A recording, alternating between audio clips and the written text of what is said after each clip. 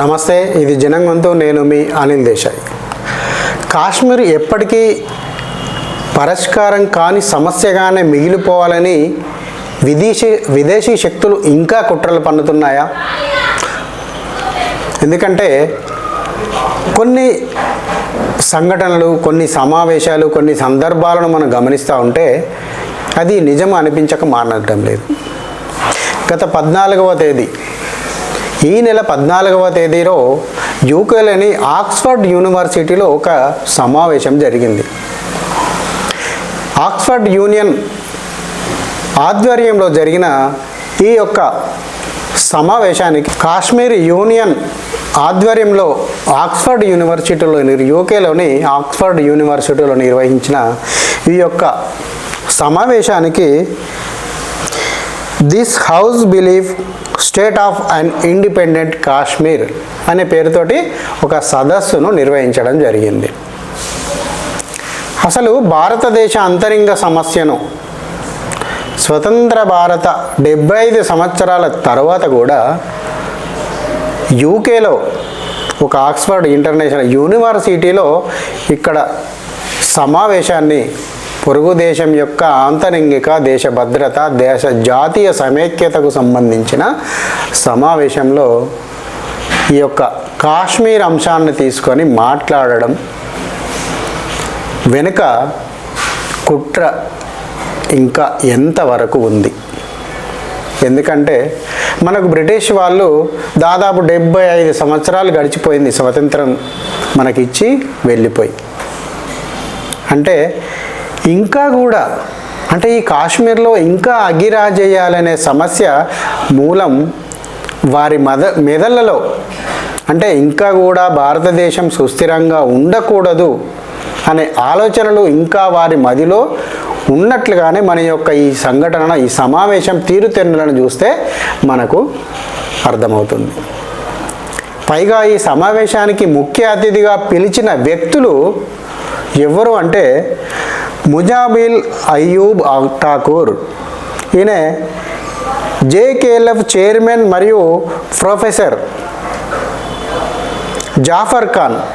ఈయన కూడా జేకేఎల్ఎఫ్ యొక్క చైర్మన్ మరియు ప్రొఫెసర్ అయినటువంటి జాఫర్ ఖాన్ కూడా ముఖ్య అతిథిగా పిలవడం జరిగింది.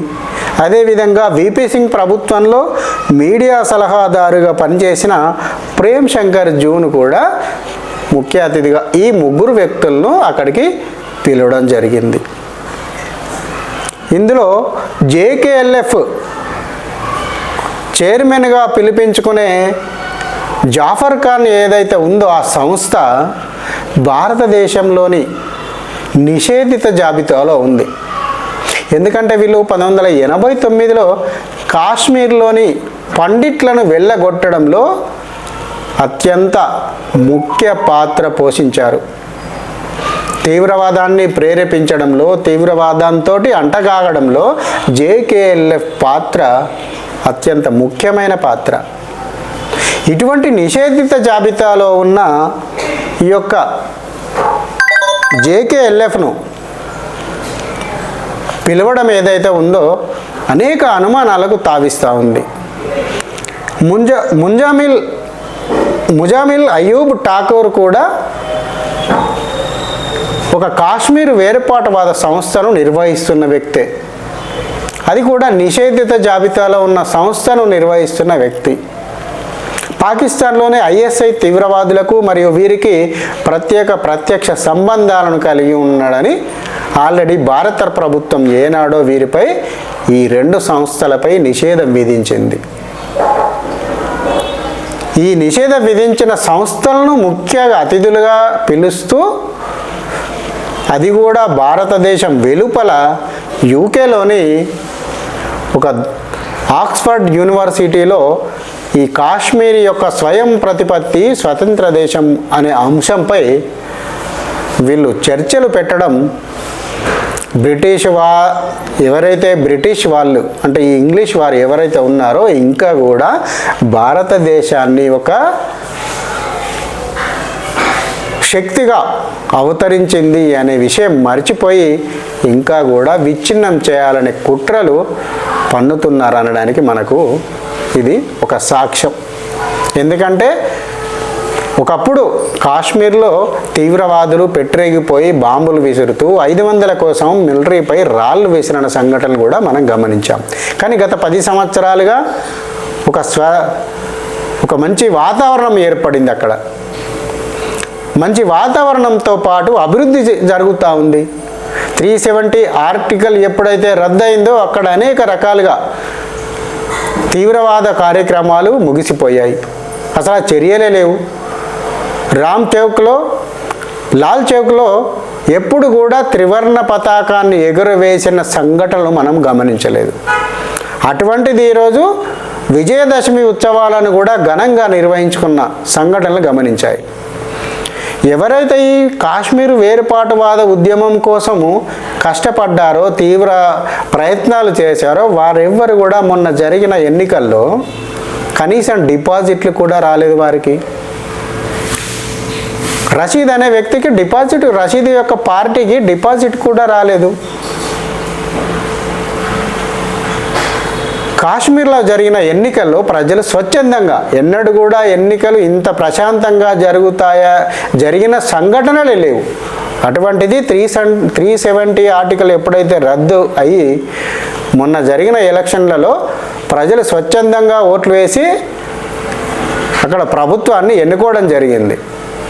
అంతేకాకుండా బీజేపీ పార్టీకి కూడా అత్యధిక సంఖ్యలో ఎన్ని స్థానాల్లో పోటీ చేశారో అన్ని స్థానాల్లో విజయ దుందుబి మోగించడం జరిగింది.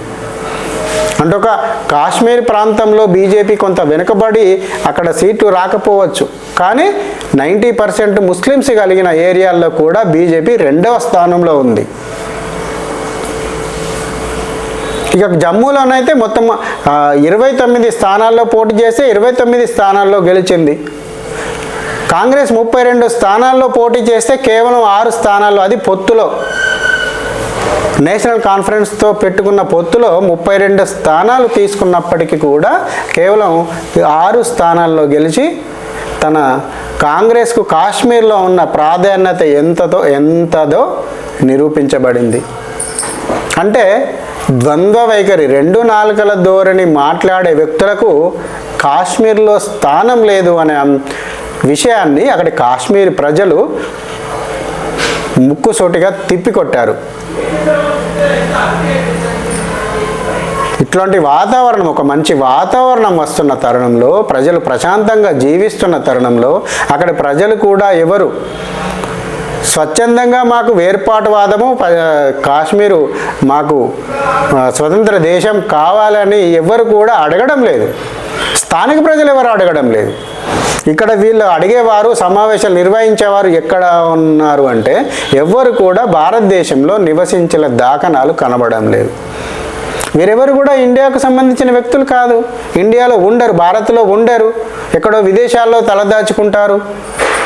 విదేశాల్లోంచి ఇక్కడ భారత్లో అనైతిక కార్యక్రమాలకు, అసాంఘిక కార్యక్రమాలకు, ఉగ్రవాద చర్యలకు పాల్పడుతూ ఇక్కడ ప్రజాస్వామ్యాన్ని కూని చేయాలని చెప్పేసి, ఇక్కడ వేర్పాటువాదాన్ని పెంపొందించాలని చెప్పి కుయుక్తులు పన్నుతూ ఉంటూ ఇంకా ఏదో చెయ్యాలని ఆలోచిస్తూ ఉంటే ఇది వెనకటి భారతదేశం కాదు కదా. ఒకప్పుడు భారతదేశం గత 10-15 సంవత్సరాల కింద ఇతర దేశాలపై కానీ, అమెరికాపై కానీ, బ్రిటిష్పై కానీ, రష్యాపై కానీ ఆధారపడిందని చెప్పుకోవచ్చు. కానీ ఇప్పుడు అలా కాదు కదా. భారతదేశం ఒక బ్రిటిష్ కాదు, అమెరికాను, బ్రిటిష్ను, ప్రపంచ దేశాలను శాసించగలిగే స్థాయిలో ఈరోజు నిలబడింది. జీడిపిలో కూడా మీ దేశాలన్నీ, ఇటు బ్రిటిష్, అమెరికా లాంటి పెద్ద పెద్ద దేశాలు కూడా ఆర్థిక వ్యవస్థ పతనమైపోతుండగా తన ఒక ఆర్థిక శక్తిని పటుత్వంగా నిలబెట్టుకుంది. ఇవాళ బ్రిటిష్ ఏదో చిన్నపాటి జరికిద్దాము, భారతదేశాన్ని ఏదో ఒక రకంగా భయపెడదామనేసి అక్కడ ఎక్కడో ఆక్స్ఫర్డ్ యూనివర్సిటీలో పనికిరాని సమావేశాన్ని పెడితే భయపడే స్థితిలో భారతదేశం లేదు. ఇవాళ నీ ప్రభుత్వంలో నిన్ను నీ భారతదేశంలో నీ యొక్క జేకేఎల్ఎఫ్ సంస్థలు నువ్వు పిలిచిన ఈ బ్రిటిష్ ఆక్స్ఫర్డ్ యూనివర్సిటీ పెద్దలు పిలిచిన ఈ జేకేఎల్ఎఫ్ సంస్థ భారతీయ దౌత్యవేత్తను నీ యూకే నడి వీధుల్లోనే చంపడం జరిగింది. అది యూకే ప్రభుత్వానికి తెలియదా? తెలుసు. తెలిసినా కూడా ఇక్కడ భారత ప్రభుత్వాన్ని ఏదో చెయ్యాలనే తలంపుతో అక్కడ ఏదో అగ్గిరాజ్యేద్దామని చెప్పేసి ఒక నిపురవ వెలిగించాలని చూస్తే ఇక్కడ ఉప్పెనలాగా నీ ప్రభుత్వాన్ని, నీ దేశాన్ని కూడా శాసించగలిగే స్థితిలో ఈరోజు భారత్ ఉంది.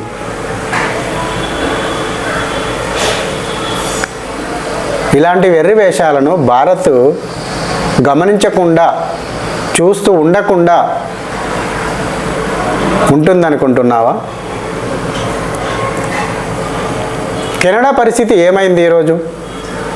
ఖలిస్తాన్ ఉద్యమం పేరుతో కెనడాలో నువ్వు ఖలిస్తాన్ ఉద్యమం పేరుతో ఖలిస్తాన్ వాదులను, తీవ్రవాదులను కెనడాలో పెంచి పోషించి ఇక్కడ తీవ్రవాదాన్ని ఇంప్లిమెంట్ చేయడానికి కెనడాలో ఏ రకమైన ప్రయత్నాలు జరుగుతున్నాయో ఆ ప్రయత్నాలన్నింటినీ కూడా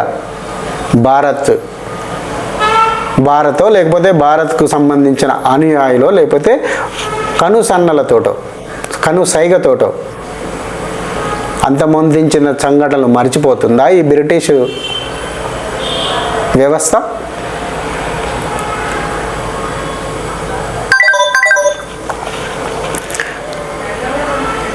ఏది ఏమైనప్పటికీ భారత్ మీద వ్యతిరేకత ఎక్కడ ఏ మూలకు, ప్రపంచంలోని ఏ మూలకు జరిగినా భారత్ 1000 కళ్ళతో గమనిస్తుంది అన్న సంఘటనలు మరిచిపోరాదు. అది వ్యవస్థ కావచ్చు, ప్రభుత్వాలు కావచ్చు, దేశాలు కావచ్చు. ఒక్కొక్కటి భారతదేశం కాదు. ఇది నయా భారత్. నరేంద్ర మోడీ నాయకత్వంలో, అమిత్ షా నాయకత్వంలో ముందుకు దూసుకుపోతున్న అత్యంత పదునైన వజ్రాయుధం లాంటి భారతదేశం ఏర్పడింది ఈరోజు.